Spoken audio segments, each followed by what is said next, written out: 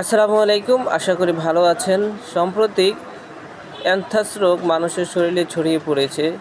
গাইবান্ধায় প্রায় 11 জন মানুষের শরীরে এর উপসর্গ দেখা দিয়েছে।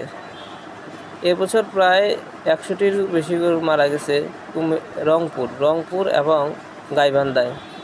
তবে মানুষের শরীরে উপসর্গ পাওয়া গেছে তারা গাইবান্ধার,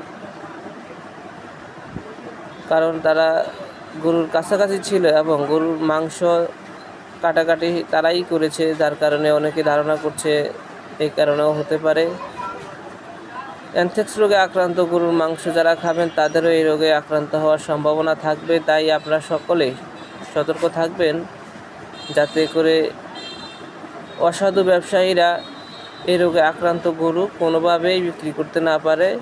যদি আপনি এই রোগে আক্রান্ত গরুর মাংস খেয়ে থাকেন তাহলে আপনার অ্যানথ্রাক্স রোগ হওয়ার সম্ভাবনা অনেক থাকবে।